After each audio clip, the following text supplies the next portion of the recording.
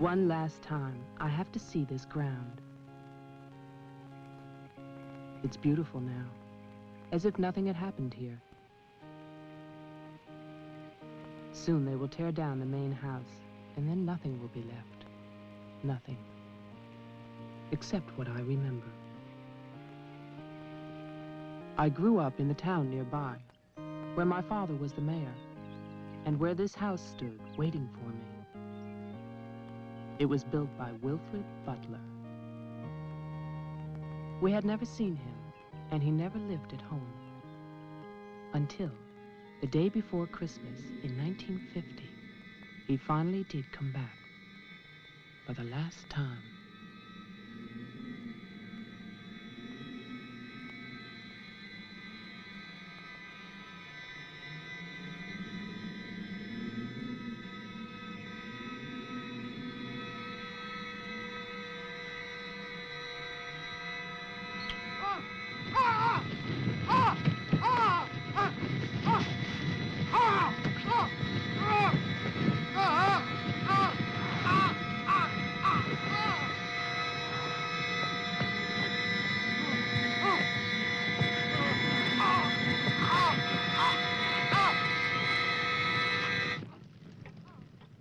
All of us believed that his death was an accident.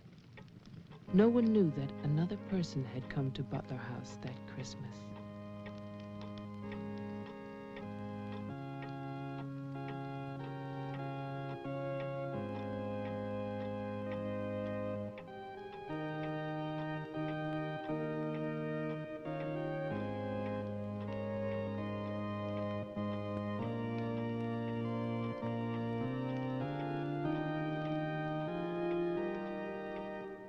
As Deputy Coroner of the County of Arlington, State of Massachusetts, I hereby find, upon evidence of an autopsy conducted by the medical examiner of this county, that the deceased, Wilfred Butler, died as a result of burns inflicted accidentally upon himself on his own premises during the afternoon of December 24th, 1950. No further inquiry shall be held over the body of the deceased, and this inquest is officially closed. All is calm, all is bright, round yon virgin mother and child.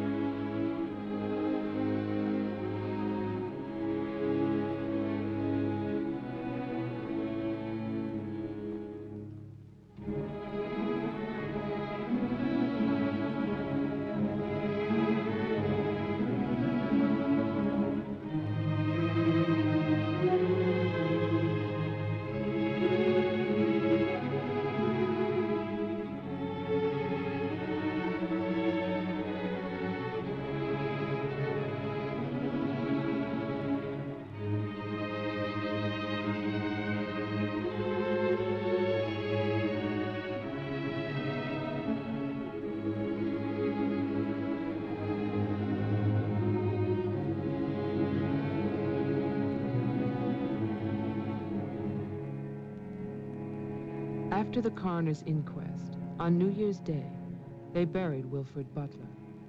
There was no one there to mourn him. It was the funeral of a stranger.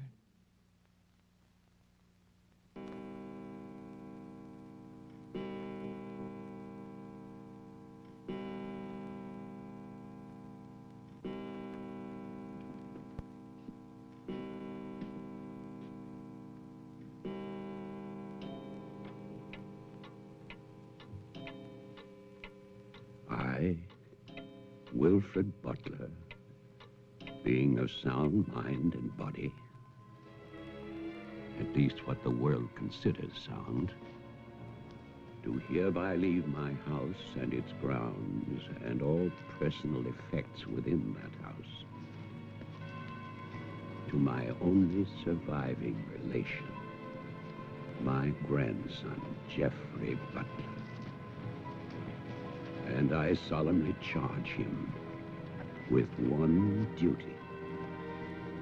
Let him leave the house as I left it, standing untouched to remind the world of its inhumanity and cruelty. For 20 years, that house lay empty, exactly as Wilfred left it. And then, last year, rumors began that it was finally being sold. The newspaper story traveled through the county to a state hospital for the criminally insane.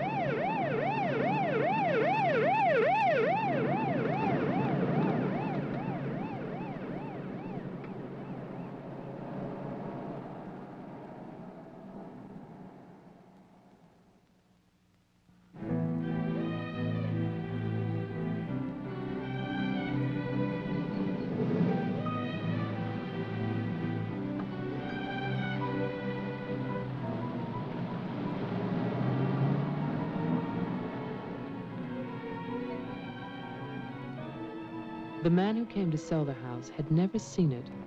He was a lawyer from the city, just doing a job and enjoying it.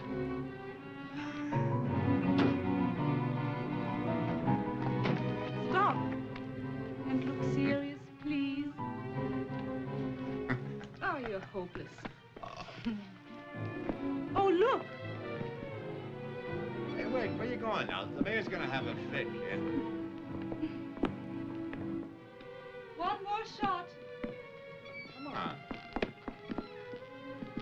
Stay there. I want one together. And smile.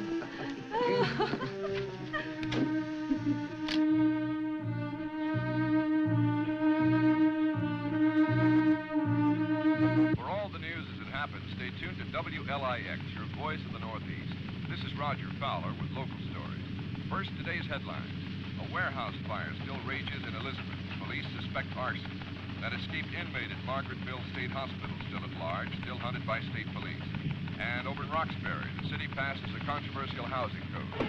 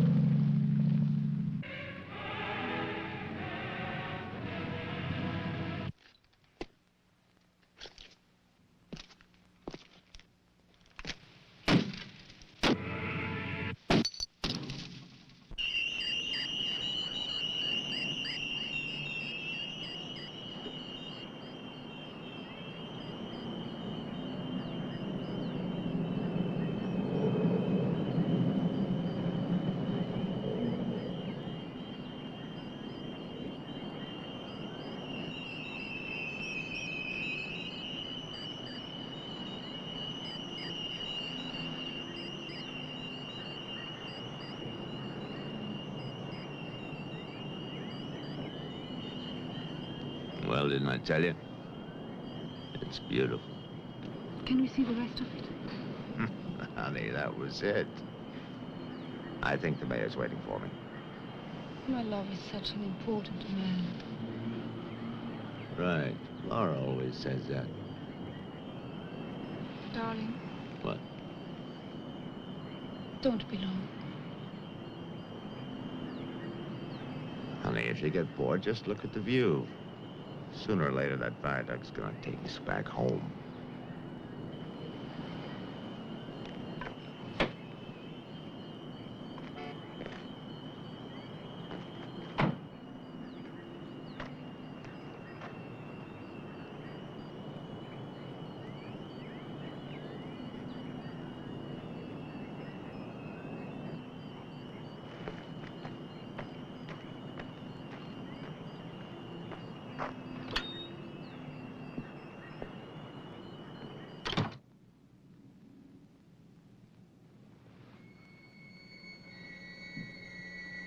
Mr. Carter.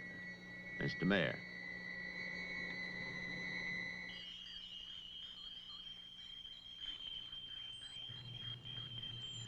Let me introduce you.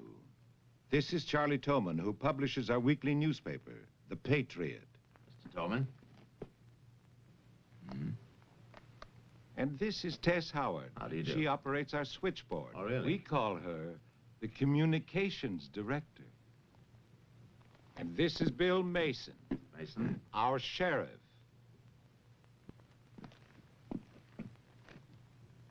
Won't you sit there, Mr. Carter, at the head of the table? Thank you. I didn't expect to meet you all together. It's quite a reception.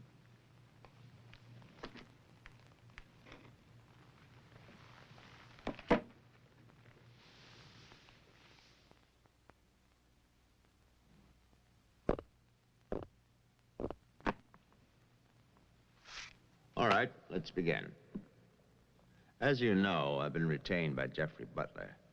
The matter concerns the house that he inherited from his grandfather, Wilfred Butler. Go on, Mr. Carter. I believe that you offered to buy the house for my client. Offered. We begged him. We wrote letters and That's we... enough, Tess. Well, it's true. Trouble. There's always trouble. I can sympathize. I spent the last 20 years and more driving people away from there.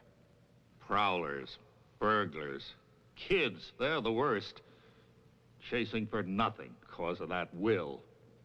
That drivel about humanity. No, no, no. Inhumanity. What the hell is that, huh?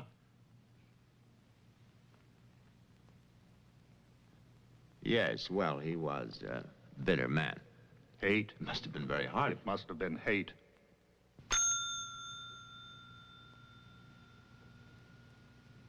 That man hated. Well, some people are like that.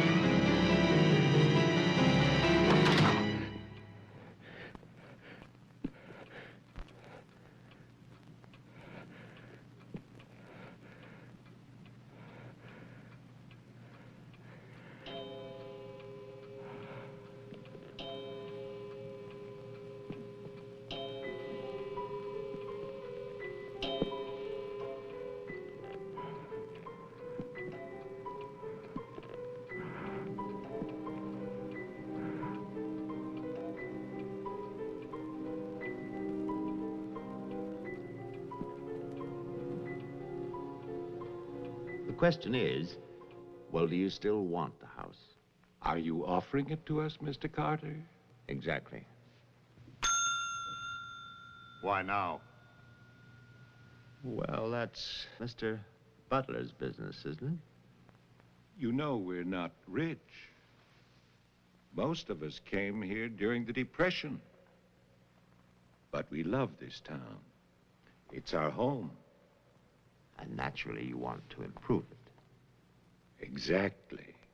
My client understands that, and he fully sympathizes, and he's willing to sacrifice the house for $50,000 in cash by noon tomorrow.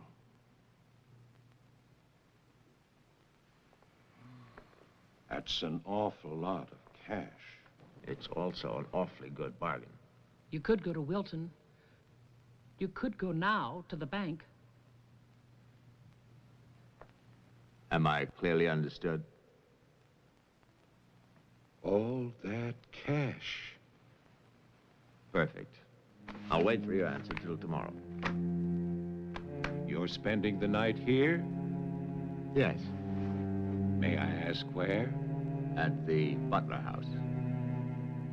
We could put you up at the motel as our guest. No, the house is fine. The Paradise Motel. That's very kind of you, but I'm meeting Mr. Butler about some personal items. You'll want a phone. I can reconnect the line. Don't trouble, please. No trouble. You'll need a phone. Don't want to be stuck out there. Mm-hmm. Well, you've convinced me. Thank you.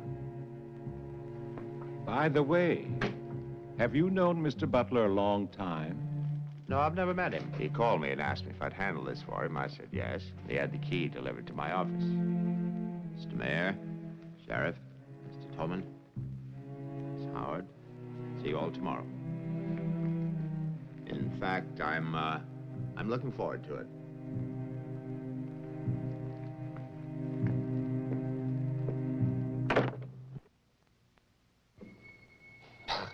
Slick, really slick. He's a big lawyer, Bill. You've got to expect that. Don't tell me about lawyers. Oh, you see the way he looked at us? You see his clothes? He's doing his job. Just don't tell me about lawyers. You know what I'd like to see? Two of them like that one talking to each other. Neither one of them would know what to believe. I love you, too.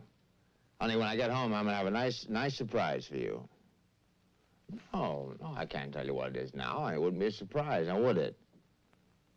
No, I can't come home now, but it'll be very soon. Very soon.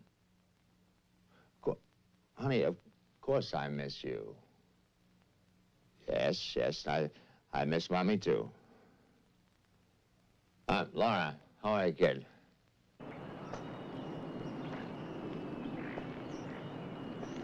So I'll call tomorrow. No, I want to call. I want to talk to Jenny. Yeah, well, as a matter of fact, I'm having a fine time. Well, same to you, darling. What do you mean, hostile?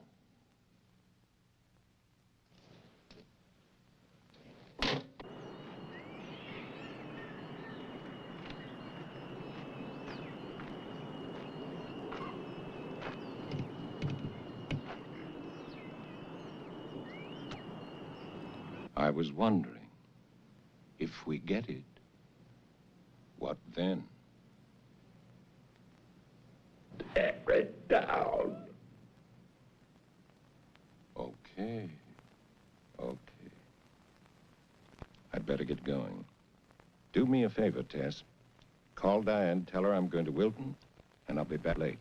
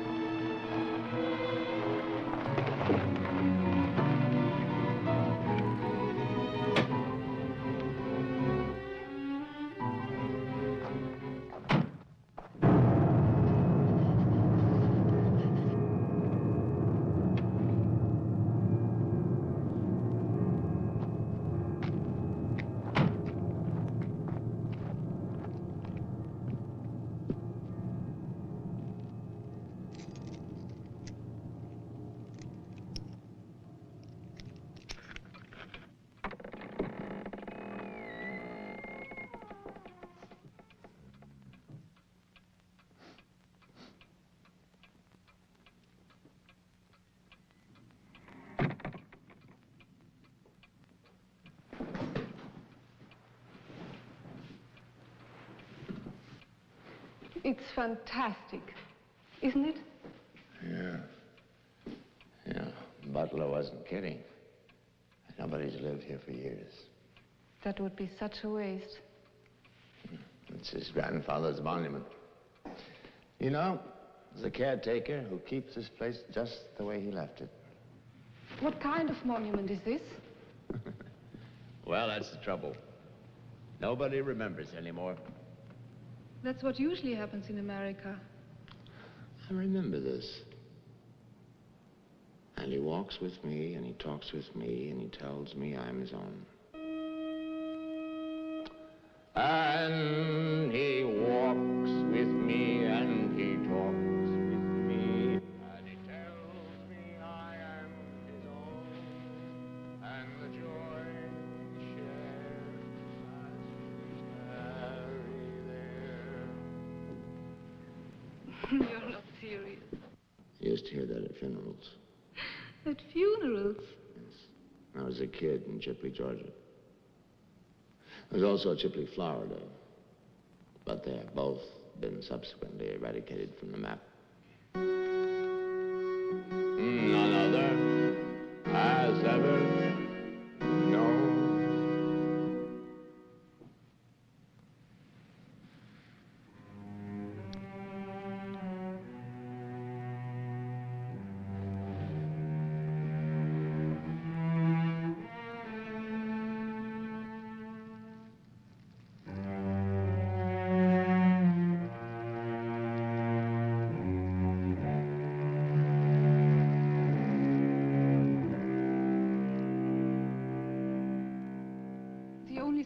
Was a delicatessen, so I brought you pastrami, salami, potato salad, macaroni, everything you like. I'll have bologna and macaroni. No, some of that potato salad. Did you pick the wine, too? The delicatessen man took a personal interest in its selection. Oh, well, we got lucky again. That's early 1970. That's hard to come by. Can I have some, too? Of course you may.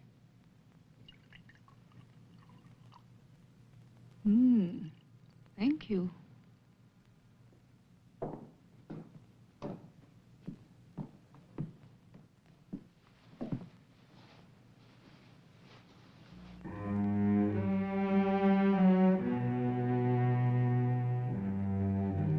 It must have been wonderful. What? The people who lived here. They must have had a wonderful life. Well, I hope they did. Wilfred Butler must have believed in something. Believe? Look at that stone fireplace, parquet floor, the mahogany, this table. And you probably think this place is made of wood, right? Well... Wrong. You know what his grandson told me? Underneath that wood, there's 2 feet of stone.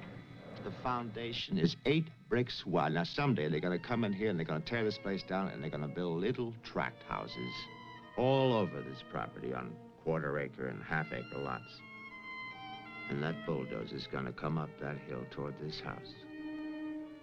And it's going to get the surprise of its life. They built a kingdom out here. Only nobody's left. No? Butler has a grandson.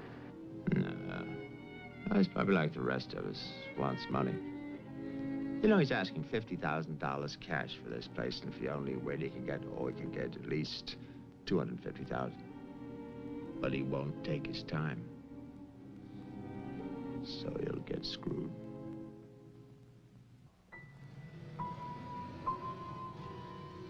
Do you want to go upstairs now? Soon. You know, one of the great pleasures in life is the pleasure of anticipating pleasure, isn't it? We are very close now, aren't we? Sure, honey. Very close.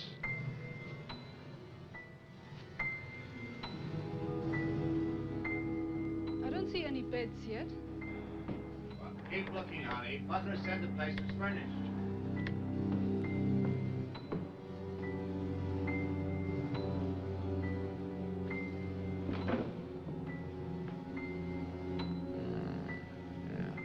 It's furnished.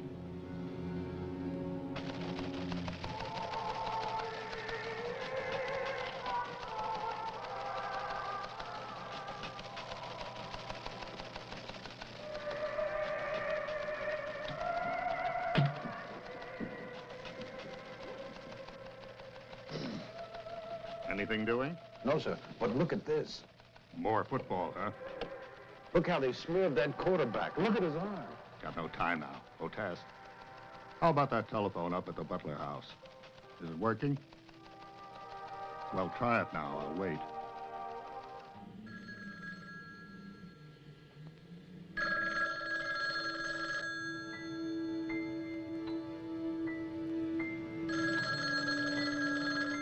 Hello? Oh, yes, Miss Howard.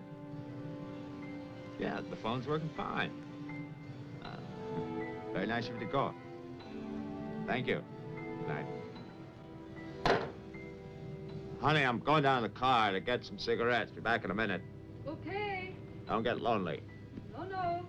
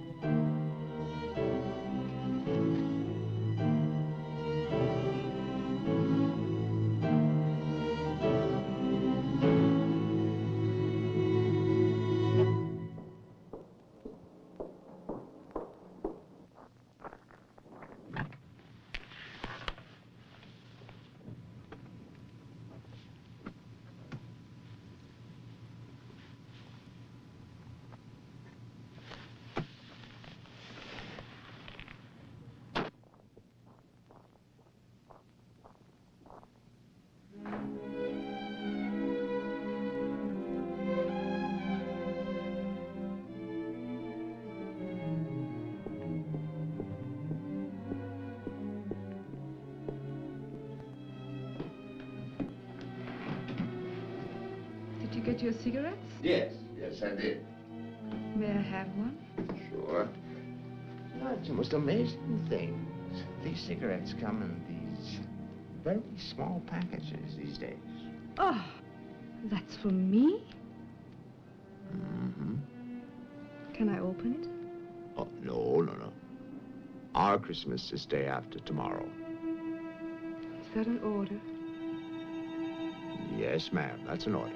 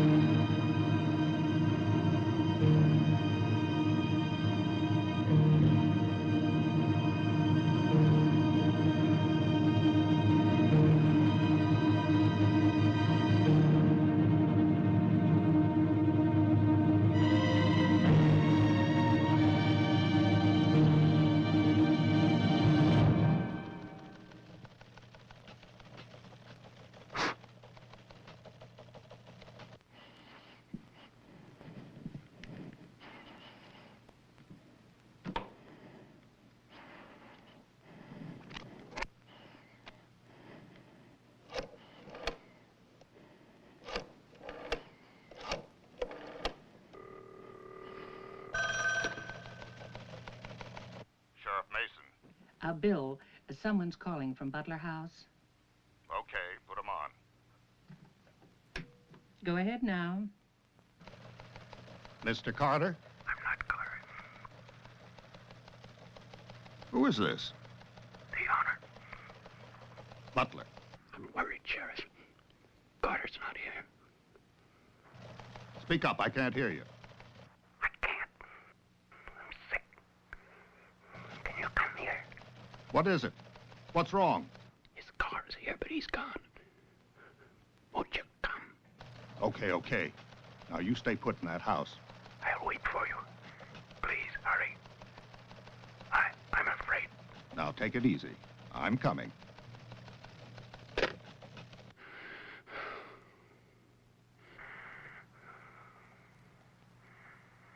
Mr. Butler, are you done? Tess, I've come back. What's that? Tess, I want to see you again. Hello? Who is this? You know me, Tess. It's Mary Ann. Tell the mayor. Tell them all. I'm waiting in my father's house.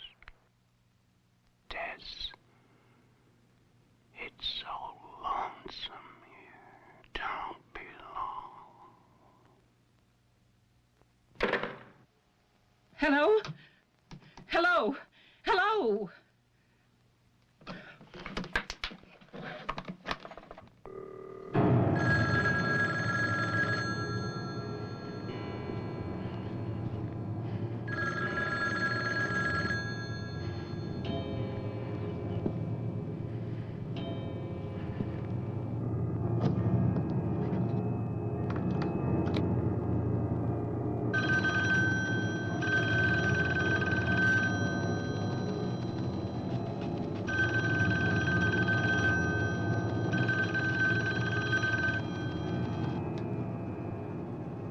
Oh, my God, where is everybody?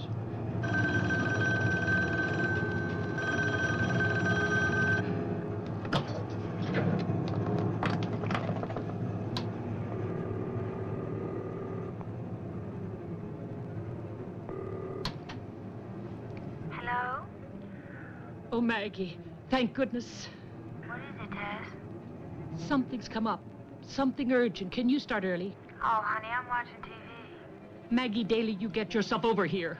What is it? Just get moving, Maggie. Just please hurry.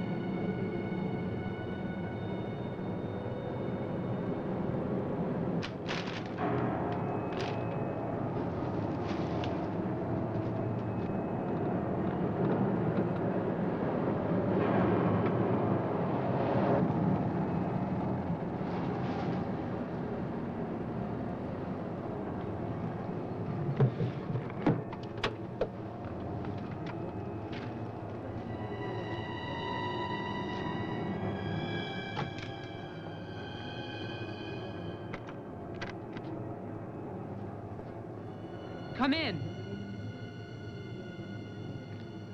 It's open.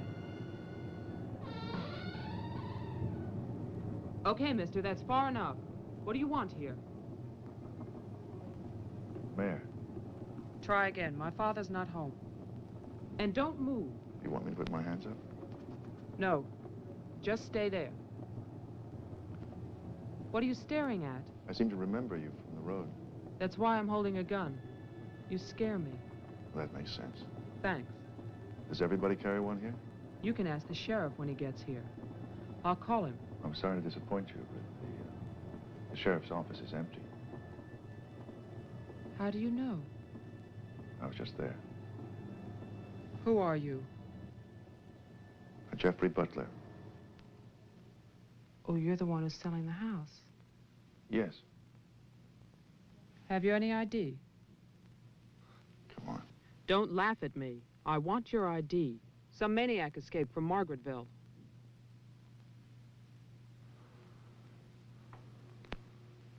Okay.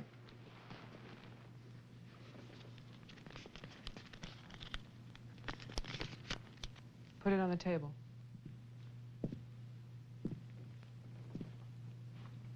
Now go back.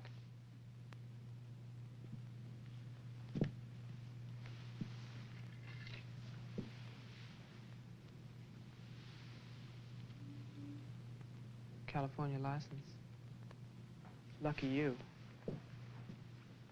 Would you like to see my maniac card from the asylum? They give you one when you escape. There's a big scarlet M on it so people won't get confused. Okay. Look, I'm sorry about the gun. My father's in Wilton getting your money. All I want to do is to get into my house. The sheriff's deputy might have a key. He's about the only one I know of. Well, where's he? You go down the road about 1.5 miles till you come to a white house with a white fence, and then you can't miss it. Thanks. That's okay. Merry Christmas. Same to you.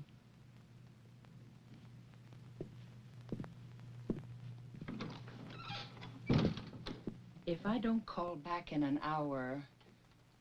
What? Call the mayor or Mr. Tone and nobody else. Promise me you'll do that. Well, sure. Mark it down, honey, so you'll have it. Sheriff to 301. I'm heading west on Route 5 to Butler House. You'll hear from me.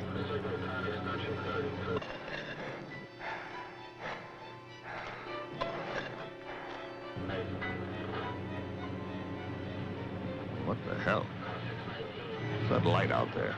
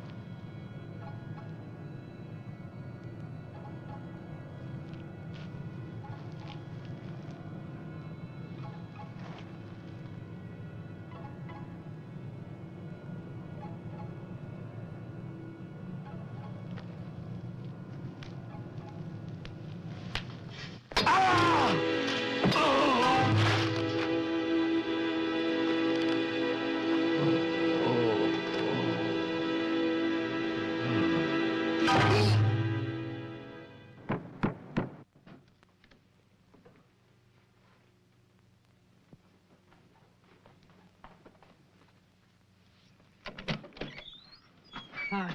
Hi. Did you find the deputy? No, I wasn't there. Oh. I was thinking, isn't your lawyer supposed to be at the house? The door was locked. His car was there, so I borrowed it. You mean you stole a car? Yeah. Keeping it warm. What if he needs it? Let him find me. Who's coming to dinner? Oh, Daddy. We always have dinner every Thursday. Do you want something? No, I ate Paradise Motel. Yeah, I know. It's awful. What about a drink? Yeah. It's cheap bourbon, but that's a big favorite around here. Do you want ice? No, straight. You look tired. I am tired. Well, here's to a fast dollar. Cheers.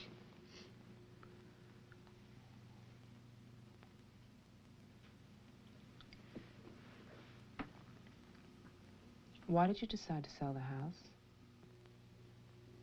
Needed the cash. After all these years? I need it now. Huh. What's it like on the inside? You know, I've never seen the inside. When I was a child, my father told me to stay away from it, for something terrible might happen. Sort of like a haunted house. I haven't seen it either. You're gonna sell it and you've never seen it? Yeah. I don't know. It's too bad. It's about the only place to see around here. Oh, I forgot. Someone keeps calling with a message for my father. She says that she's waiting at your house, in the reception room. What woman is waiting in my house in the reception room? Oh, I don't know. It's not a voice that I know. I better go out there. Can I come too? What for? I'm pushy. I suppose you'll be going back to California soon. California. You said you lived there, remember? No, I'll be traveling. Jeff, look. It's a sheriff's car.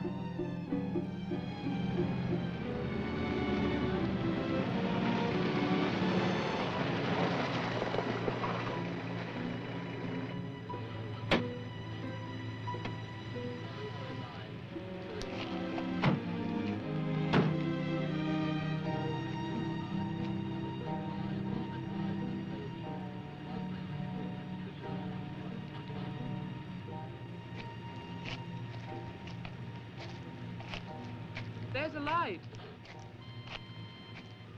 Look at that tombstone. Pretty cheerful. Who bears the cross shall wear the crown. Wilfred Butler. My grandfather. Oh.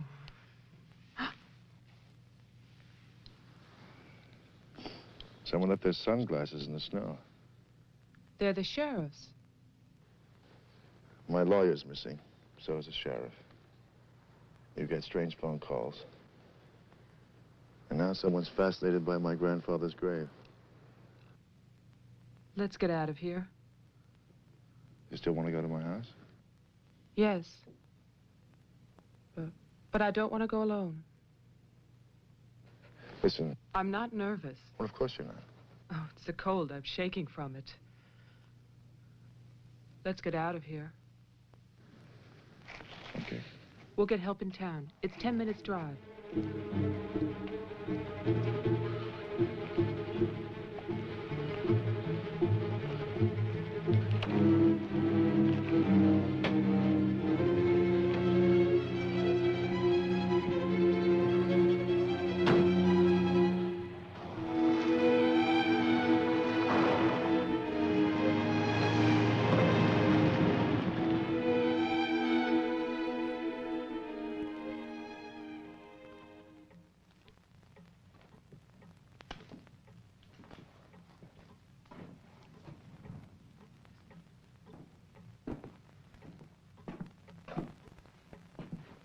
Night, Mr. Toman.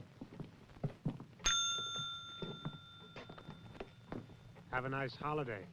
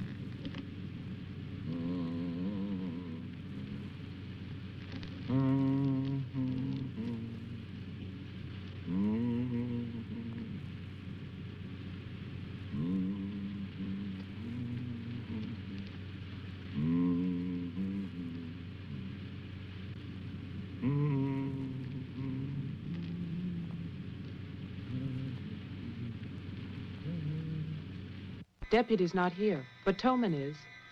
Who's Toman? Come on, you'll see.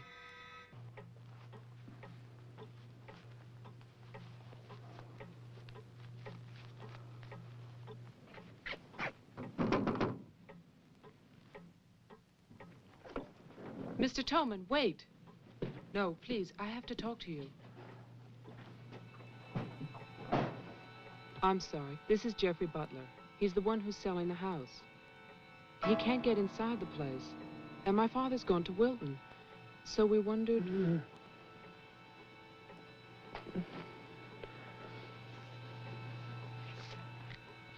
Anything wrong? He'll tell us. Tess has gone to his house. Why would she go there? I don't know. Anyway, she won't get in. You say it's locked. He says she hates the place. Would you like to drive there? Diana could stay here, lock herself in. I need a key.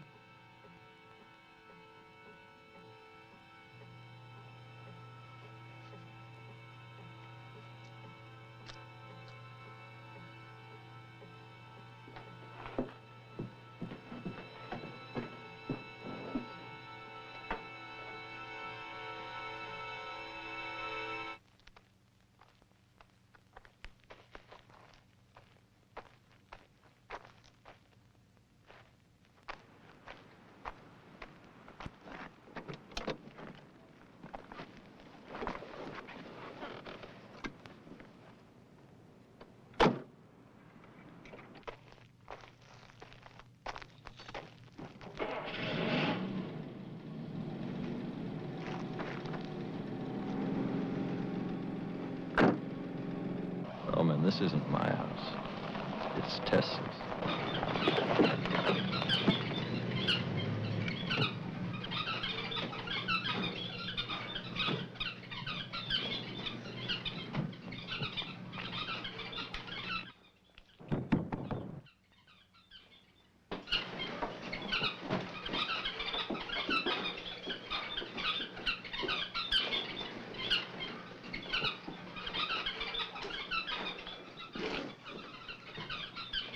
Well, Tess isn't here. Are you satisfied? She must have gone to my place. Well, why wouldn't she go there? She hates it. Maybe she went to see the woman who's there. Someone called the mayor's house before. Said she'd be waiting.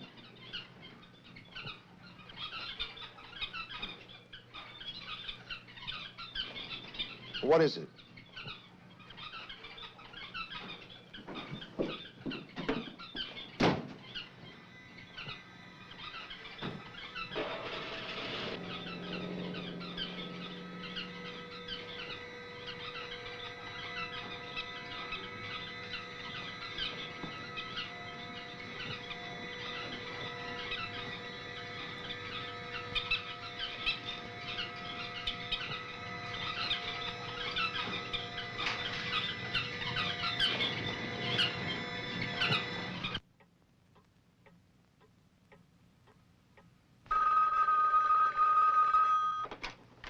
Hello, Jeff?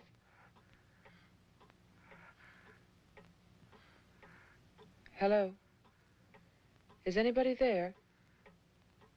Who is this? I'm Diane Adams. I spoke to you before. Bring your father to the house. This is Marianne. Tell him I have the diary. I'm waiting. Who are you? He'll know. Christmas Eve, 1935. Hello? Hello?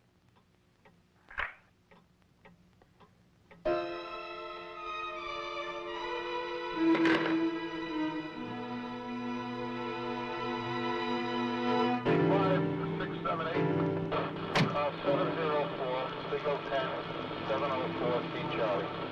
704, signal 10, 704, Steve Charlie.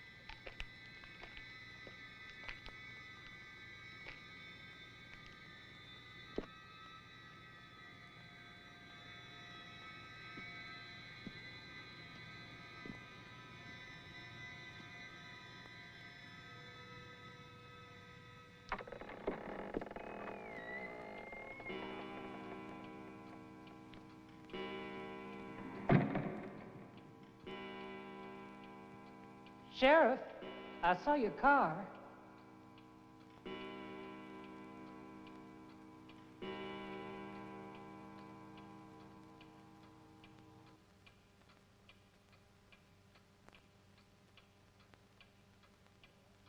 Bill, is that you?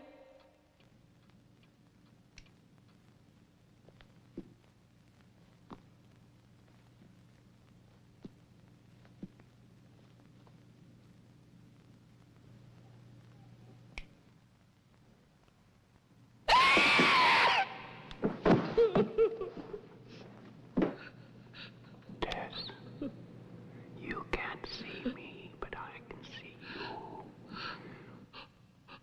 you. Oh, yes, I remember that face.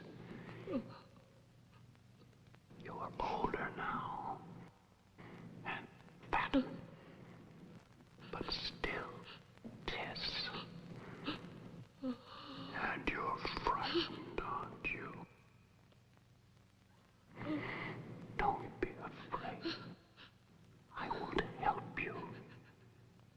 Take my hand. Take it, Tess.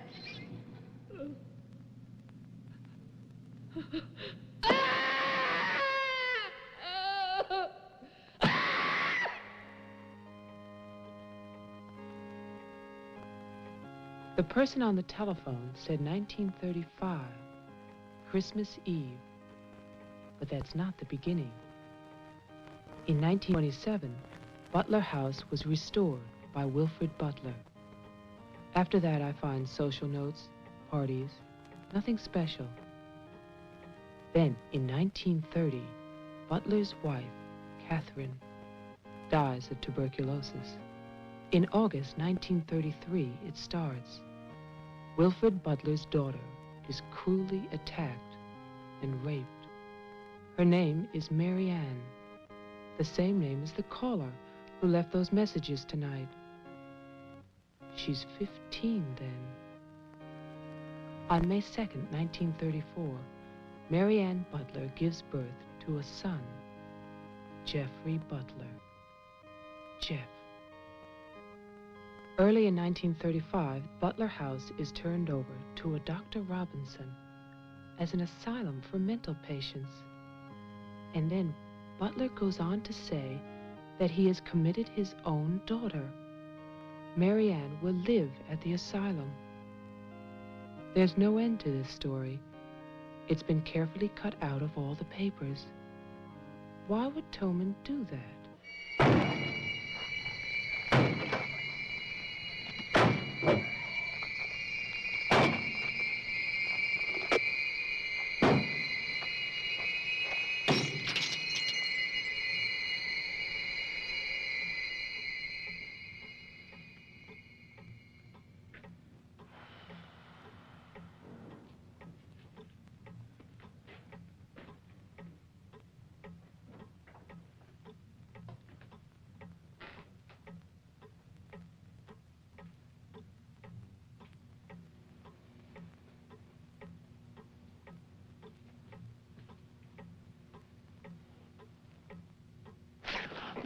scared me. Oh, what happened? What happened is, Tess has 40 bird cages. Toman is hysterical. Everybody's at my house but me. It's cold outside and you forgot to lock the door. Joe, how old are you? How old am I? You mean, how many years have I lived? No. There's a lot in the paper about your family. I don't want to talk about my family. Wait a minute. There's a woman calling, and she says her name is Mary Ann. That was your mother's name, wasn't it? My mother died in childbirth. That's when I started traveling. It's not what the papers say. What's your point? I just thought that you should read something for your own good. Nothing you could tell me about my past or future would be for my own good.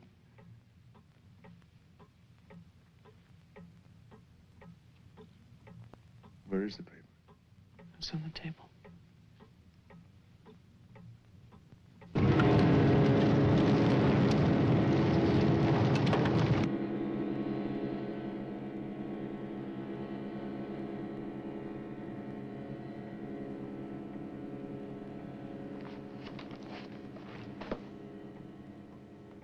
It's so stupid to lie.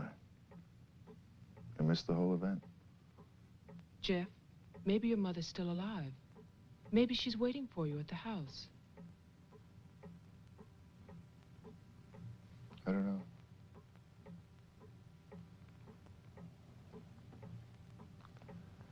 Come on. No more side trips. Let's go out there.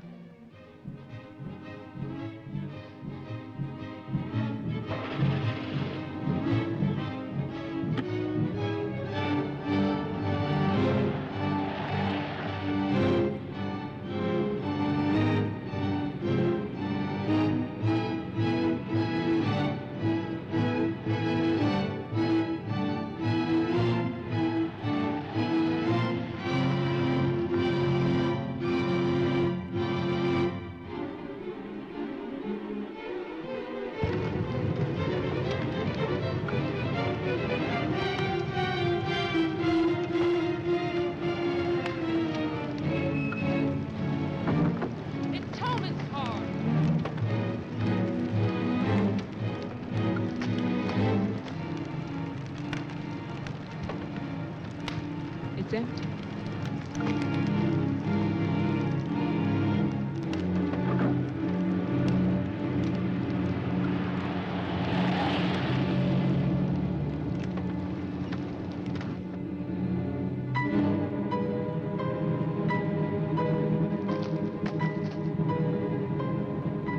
Jeff, look!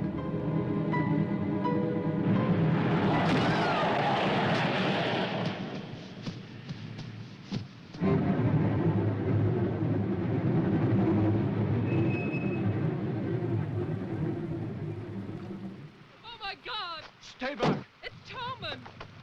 Stay back!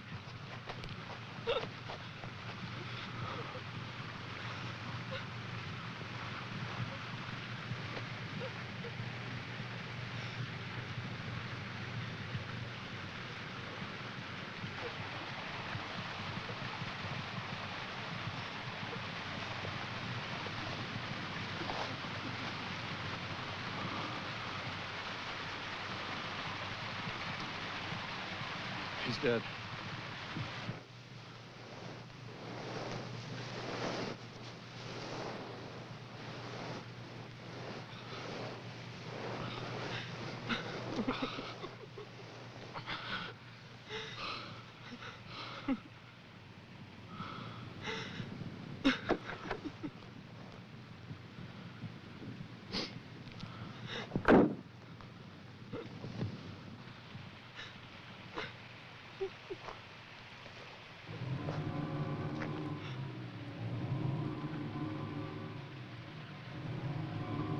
His hands.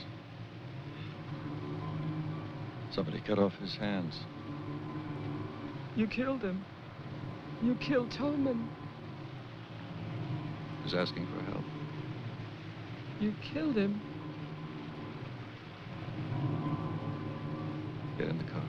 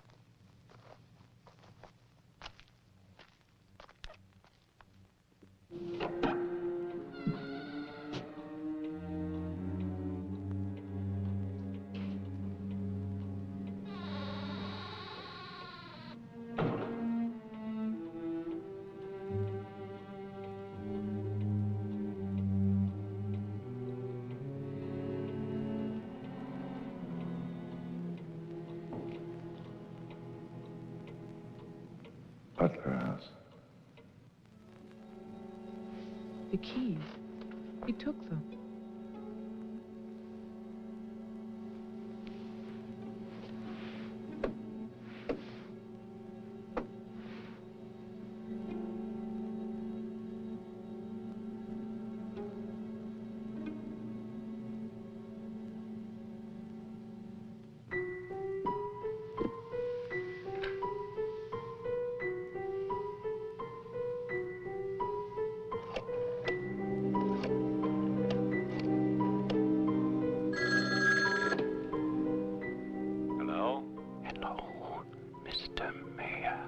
Yes, what? This is Marianne Butler. I'm calling from my house. Won't you come over here, Mr. Mayor? We're having a reunion. Everyone's here, even your daughter.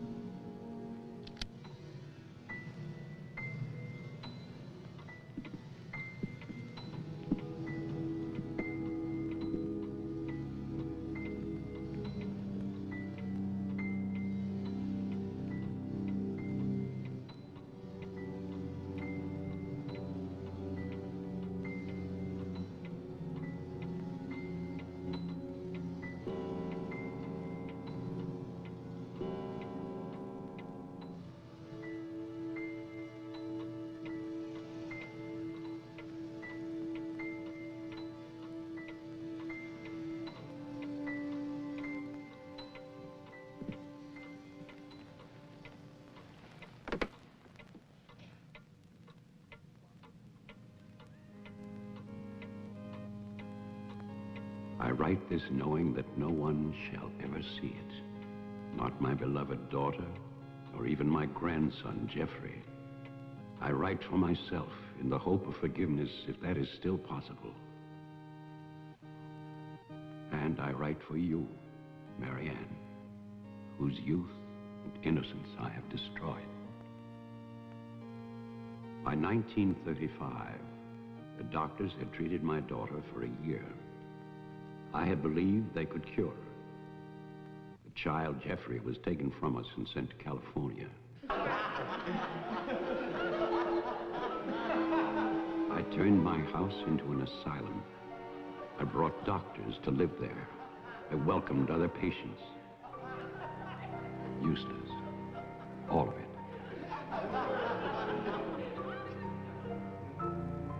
I remembered what she had been. There was never a lovelier, happier child.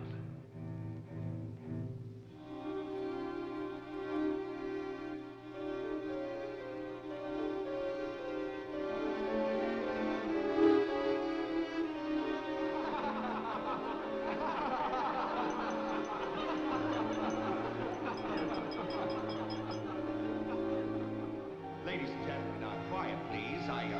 I propose a toast. Doctor, please. By Christmas of the first year, I knew that I must act, not for myself, but for my helpless child. Led him to create this institution. Our friend... I had no plan. All I knew was that I must take her from these men with their promises, their lies. Shall we?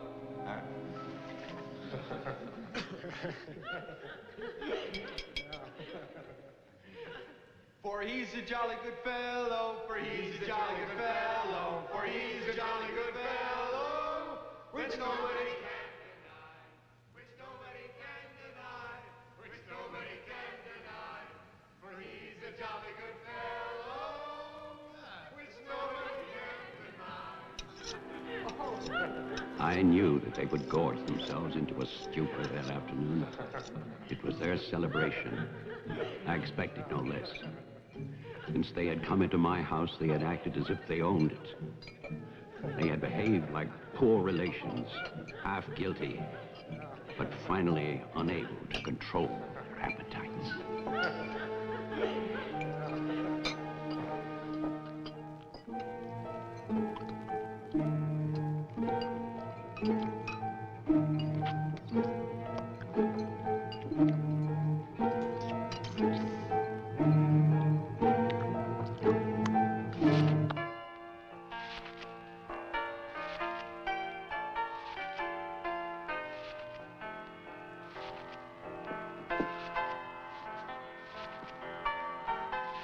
After dinner, they danced and drank as they usually did.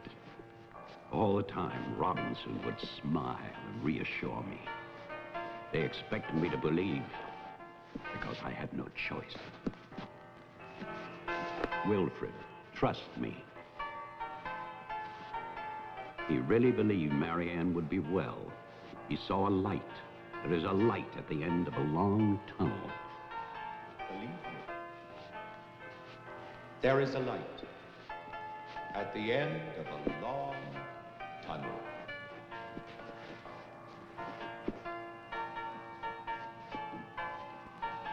Stay here, Doctor. I'll get more champagne. He was ready. I knew it. Drunk and fat and full of his own importance. I left then.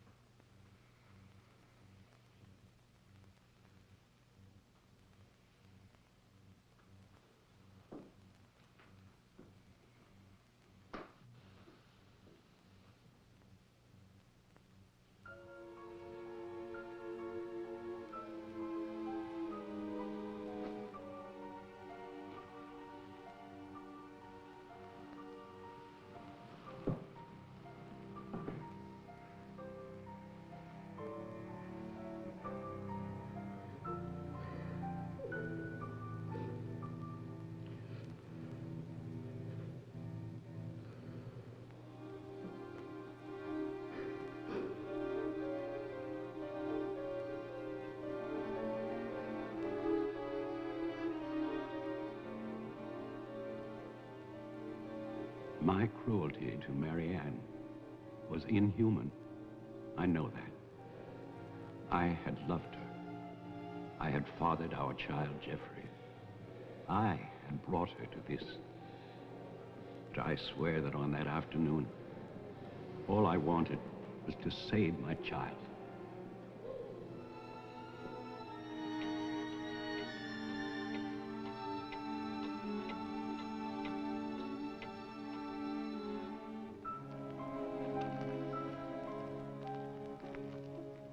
My hope was to get her away from that house. But also, I wanted to set free those other wretches who had so long been abused by the doctors.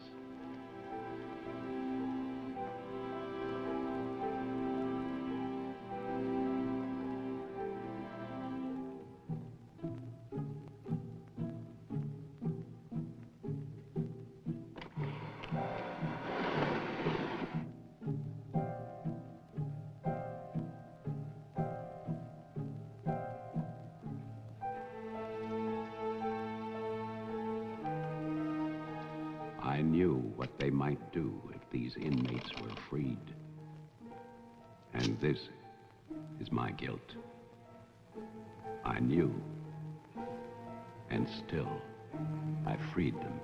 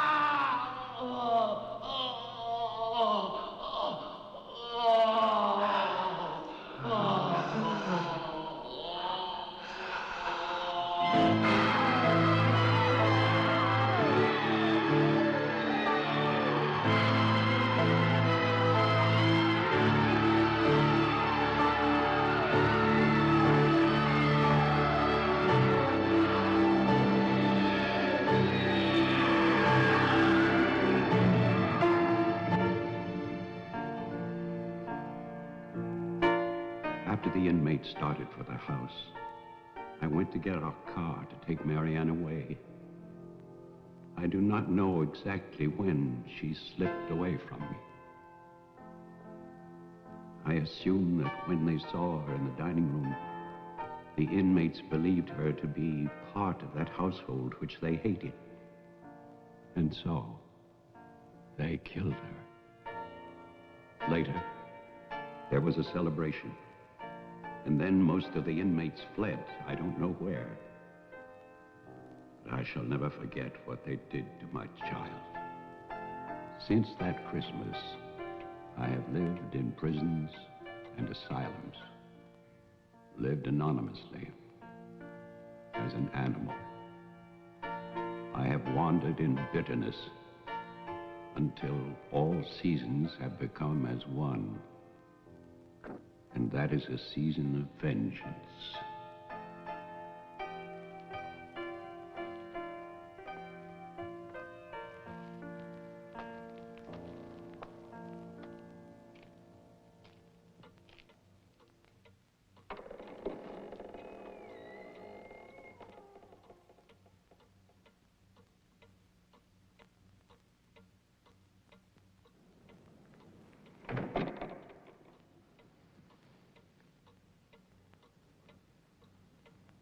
Jeff.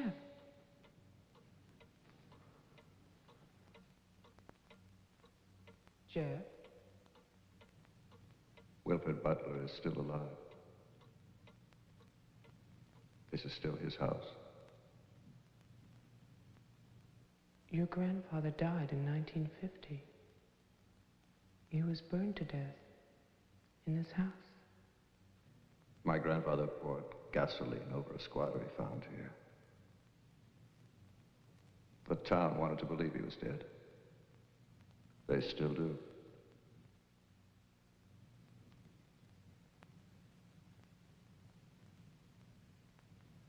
This house was an asylum. There was a massacre by the inmates. Tess, Tolman, the sheriff. Your father. No. All inmates. They killed my mother in this room.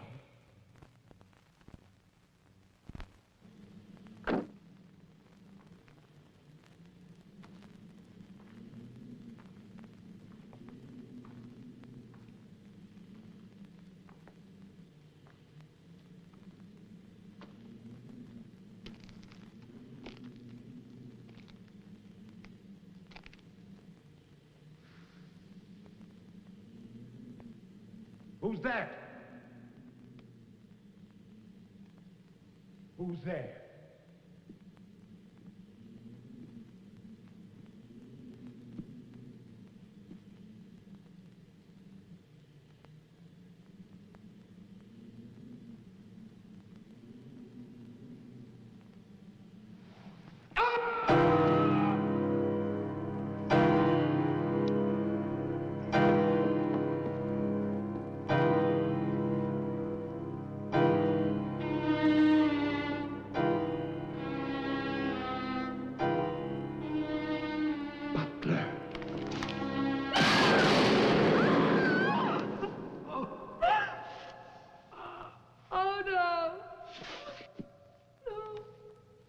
God, no.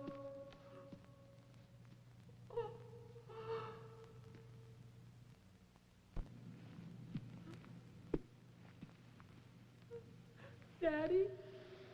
Daddy?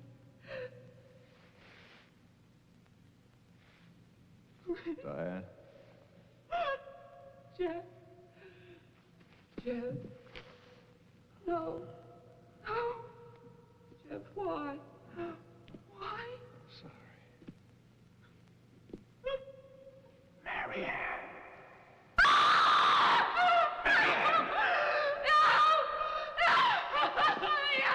Don't run away.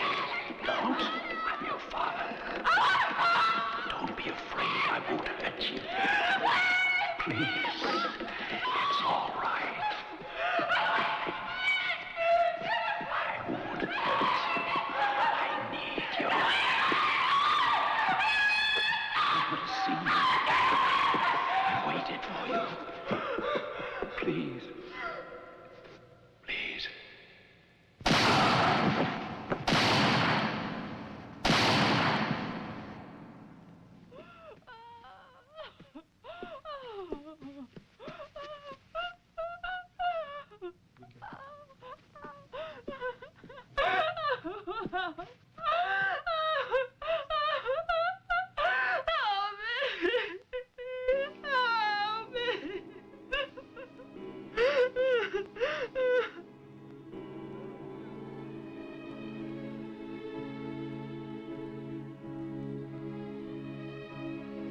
I spent that night weeping.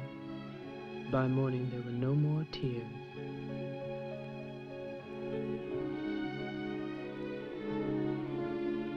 I know that my father and Jeffrey both thought they were shooting at killers, but they were simply the last victims in that house of victims.